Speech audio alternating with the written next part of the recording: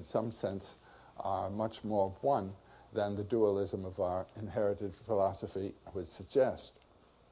So much for the first stage in this whole story. At the time of the emergence of the high civilizations in the river valleys, there were ranging in the great grazing plains of southern Europe nomadic cattle herding people. These are known as the Indo-Europeans, also known as the Aryans. Aryan is a Sanskrit word meaning nobles.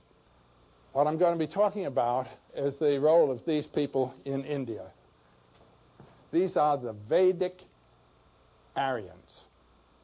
They come into India, Persia, and into Europe. And now what I want to do for the remainder of the time, is to tell you of the great spiritual crisis that occurred in India after the arrival of the Indo-Europeans.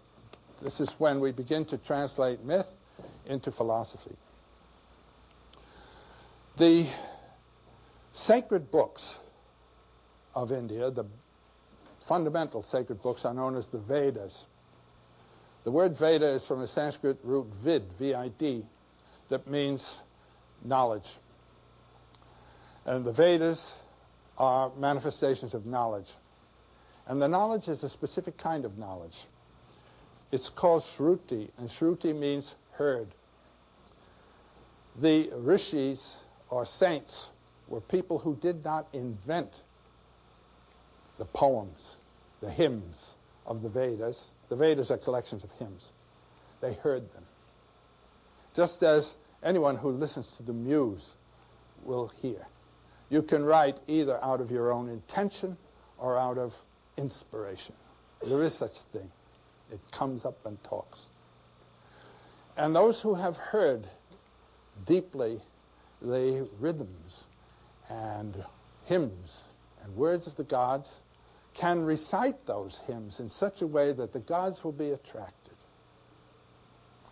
So that the Vedas are books of hymns, and these hymns form the substance of the rituals by which the powers of nature, personified as gods, are invoked to the support of the intentions of the Aryan society.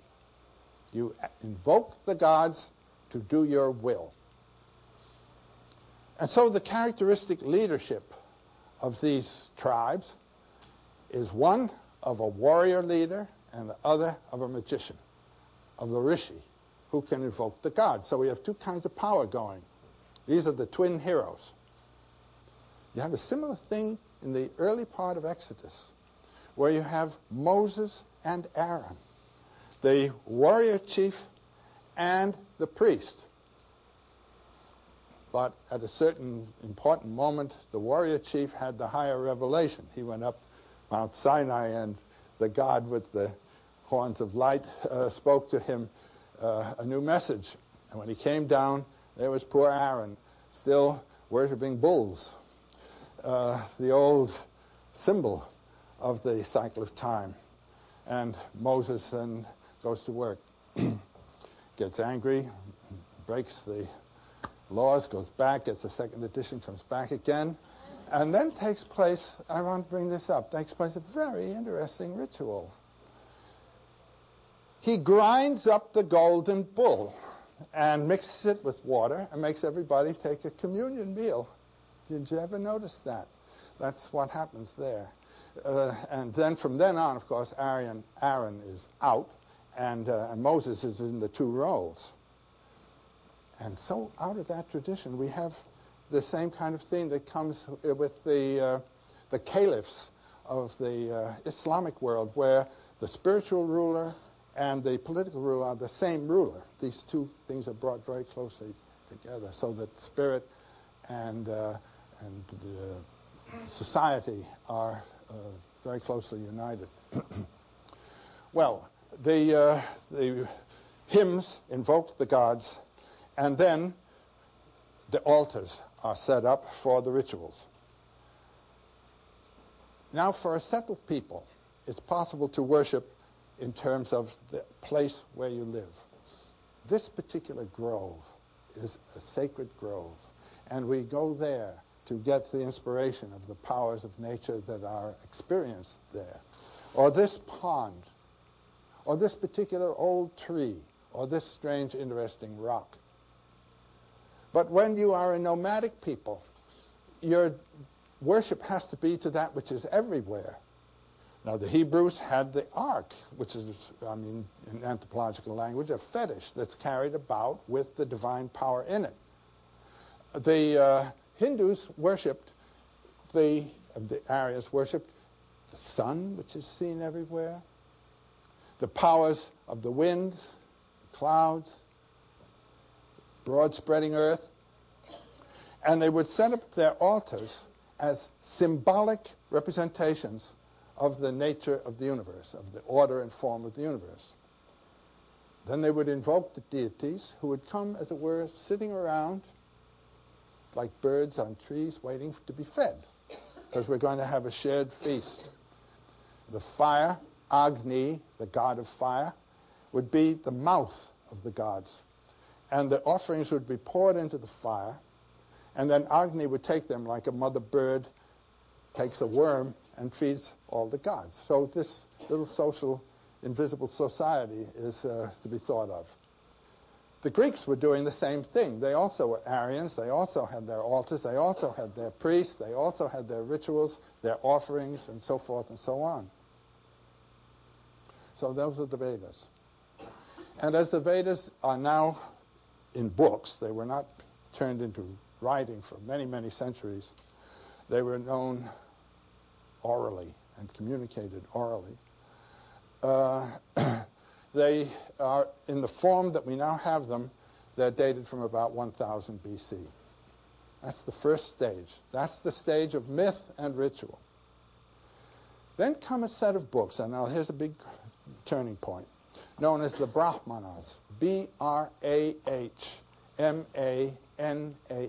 Brahmanas, the books of the Brahmins. The word Brahmin is written B-R-A-H-M-A-N, but the first A is a long A, and that long A means related to.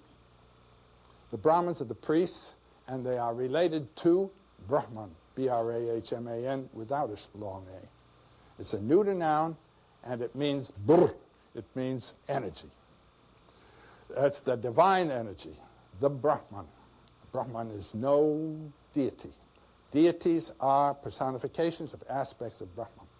And so are you, and so is the world. The Brahmins are those who are in touch with the energy of Brahman. And they go to work to interpret the meaning of the sacrifice.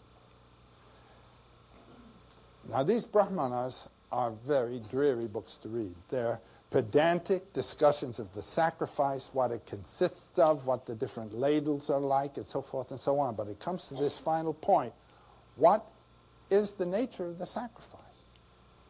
And it's terribly important, because through the sacrifice we influence the gods. This is the argument now. Therefore, the sacrifice is stronger than the gods. But who operates the sacrifice? The Brahmins. Therefore, the Brahmins are stronger than the gods. Therefore, an illuminated man is stronger than any deity. This is the great thing in the universe. And this is what the Brahman is. Point one. So he controls the gods through the sacrifice. The sacrifice is almost like the console of a great organ. There sits the Brahman, and he's manipulating the keys, and the whole world sings according to his play. What is the nature of the sacrifice that it does this? The nature of the sacrifice is you're pouring an offering into a fire. Now, when you take food to your mouth, you're pouring an offering into a fire. As the Hindus say, the heat of the body cooks the food, the digestive system, cooks the food and turns it into body. This is what happens when we pour an offering into a fire. Ha-ha. The world is an ever-burning fire of sacrifice into which an inexhaustible sacrifice is being poured, and that's the nature of life. Think of it that way. We're all an offering being poured into the consuming fire. The first sermon of the Buddha is called his fire sermon, the one where he's sitting in the park of Benares. The lust of the senses is a burning fire. The hearing of the ears is a burning fire. The sight of the eyes is a burning fire. Quench that fire. Sense of the other tradition is feed that fire. Now these are the two attitudes toward the mystery and terrific thing that life is. Life lives on life. Look at the birds. Look at the animals grazing. All they're ever doing is eating.